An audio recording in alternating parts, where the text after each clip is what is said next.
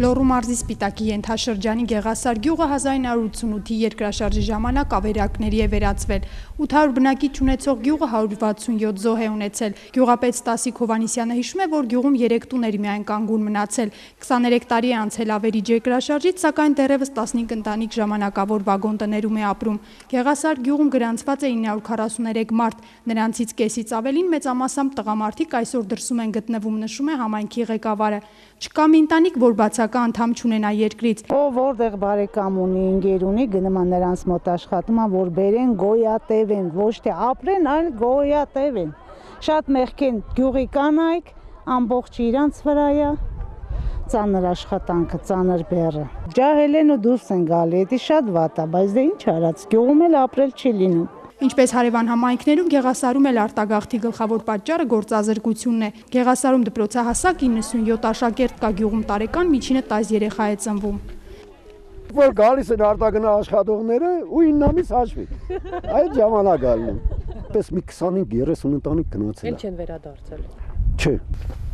73-ամյա Ագրիբաս Կարայելյանը Գեղասարի հին բնակիչ է, 4 երեխաների հայր։ 1988-ի երկրաշարժը խլել է նրա երեխաներից մեկի կյանքը։ Այսօր տիկնոջ հետ միայնակ է մնացել գյուղում։ Կարի արտել է ինքը երեխով ու մի հատ երեխա ունի, ինքը երեխով մնաց ժարժքի տակ։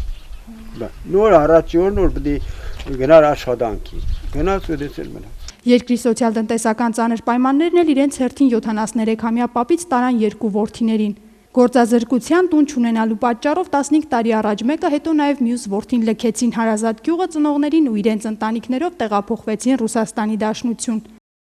Ուդելու սնվելու զատ չկար, աշխատանք չկար։ 10-ի վրա է, 10-16 հոգով ապրել ես բնականում, այդ որ համար էլ ստիված գնացեք, գոնե դուք փրկվեք։ Ես ոչ կրամ աշխատի, փոքր չեմ, 73 տարեկան մարդ եմ, ես էլ որտեղ դե աշխատեմ,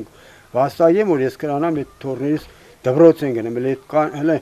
պուջուր էին, հիմա արդեն մեծացել են, ես կրամ դրանց պահի, չէի կրա։ Ագրիբաս պապը նեղսրտում է, որ օրծերության մենակ են մնացել, երազում է, որ թորները կողքին լինեն, պատմի իրենց իր կյանքից, խրատներ տա, հիվանդ ժամանակ էլ մի բաժակ ջուր տան իրեն։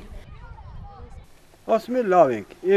մեզ եք զանգեմ, ոնց եք, լավ ենք,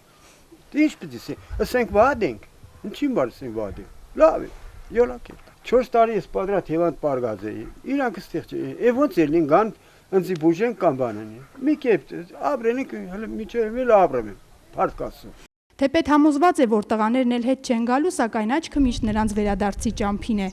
Արմանուշ Նիազյան, Արմեն Հովսեփյան, լուրեր։